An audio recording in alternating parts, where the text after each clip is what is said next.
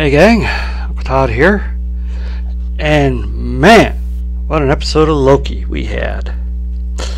So, as you remember last time, the entire TVA got blown out of existence by the Temporal Loom melting down. Well, Loki finds himself alone at the TVA. And he's wandering around, and then he starts time slipping again and actually sees himself. And then the TVA starts to separate into strands, and he sees on the computer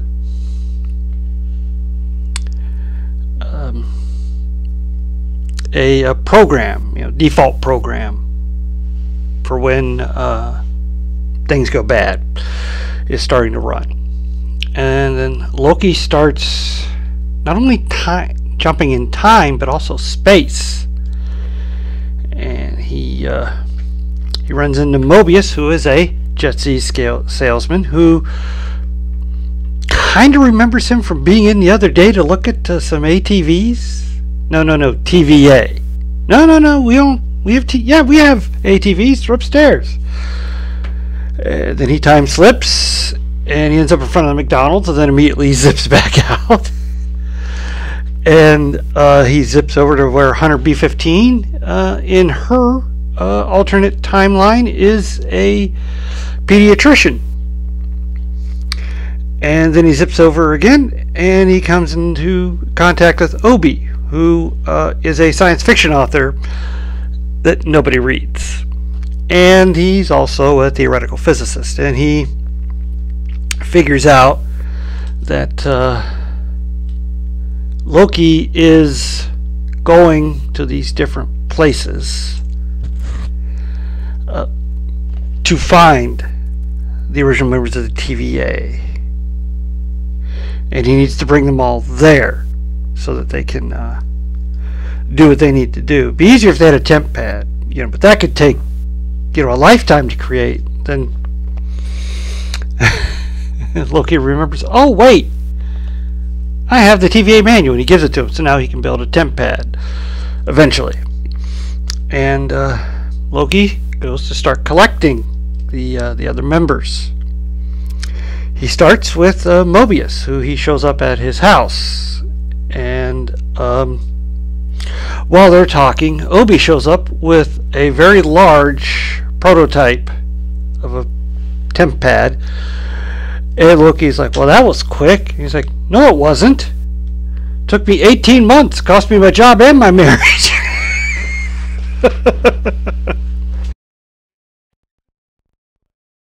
Eventually, by getting Mobius to understand, Mobius is a widower with 2 kids, that they can come back to this time when everything is done. But if they don't, everything's going to end with he who remains coming back and the whole war, and his children will die. So Mobius goes.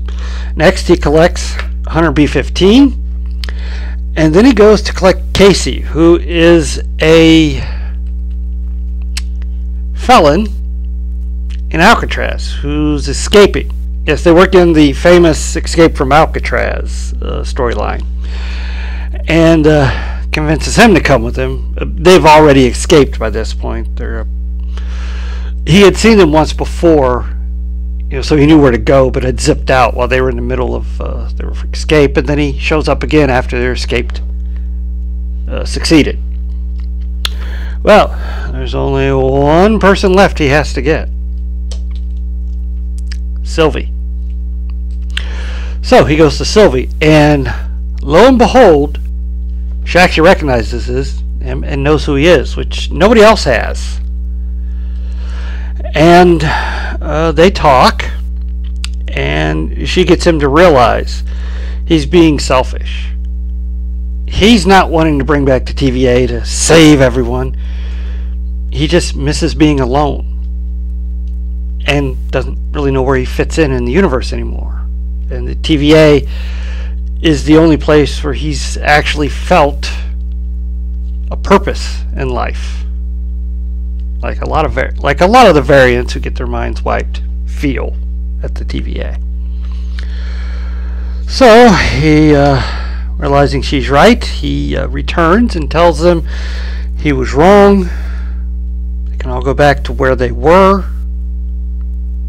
which Mobius isn't too thrilled about hearing. So wait a minute, what about my kids? You said they were in danger. We got to flip back to Sylvie now. She goes to her usual after-work haunt, which is a vintage record store. And having had a bad day, the record store owner gives her a copy of, it looks like, Velvet Underground record. I mean, I recognize it. It's one that had rock and roll and I think Sweet Jane on it. Anyway, she's listening to one of the songs when that universe starts to separate into temporal strands. I mean, everything. And she just gets out in time. So she shows back up with Loki and lets him know that they still have to recreate the TVA because the universes are dying. Every branch is just splintering off. And while this is happening, that universe starts to separate into strands, and all of Loki's friends all disappear. And then Sylvie disappears, and Loki is literally grabbing the strands and pulling them back. And suddenly he zips to right before Sylvie disappeared. And then he hits a realization. And he zips back to before the thing started to unravel. And he tells them, we've all been looking at the wrong things. We were looking at the what, the how, the why, the where. And we should have been looking at the who. And the who is me. And then we end with him time slipping on purpose this time back to before the TVA blew up, before the loom melted down. So our last episode is going to be how he's going to fix all this now that he is basically the master of time, more or less. Probably also means he won't be affected by the radiation from the loom that destroyed Victor. But yeah, wow, great episode. Everybody got to play a little bit against type, except for Loki and Sylvie, and you got to see what their lives kind of would have been like, which is kind of interesting. Man, you really feel for Obi. No matter which universe he's in, he writes something and nobody reads it. And, oh, my wife and I, we were almost in tears in the scene where he is in a bookstore pretending to buy his book. Actually, he snuck in and put his book in the shelves. I was going to buy one, and went in this whole thing where they couldn't find find the UPC on it in their system. He's like, "Oh, that's okay. I'll just pay you cash." And then the other says it comes out. He puts a huge stack of his books. When they was like, "You got to stop doing this. We're not going to sell this book. You got to go through proper channels." But you can't get. They look like he must have self-published them because they're not being shipped anywhere. He's just got a huge stacks of them in his little workshop, which looks exactly like the room he had at the TVA. And my wife and I were thinking, oh my God, Loki's the one who creates the TVA. He may actually be the one actually pulling all the strings as the real He Who Remains. Wouldn't that be something? But at the end, it didn't look like it. And And oh, and Hunter B-15, she was great as a pediatrician, very doctor-patient relationship, and she's trying to get this little girl to promise. She has a broken arm, and she's trying to get her to promise not to climb trees anymore. But the girl's like, "Nope, gonna do it.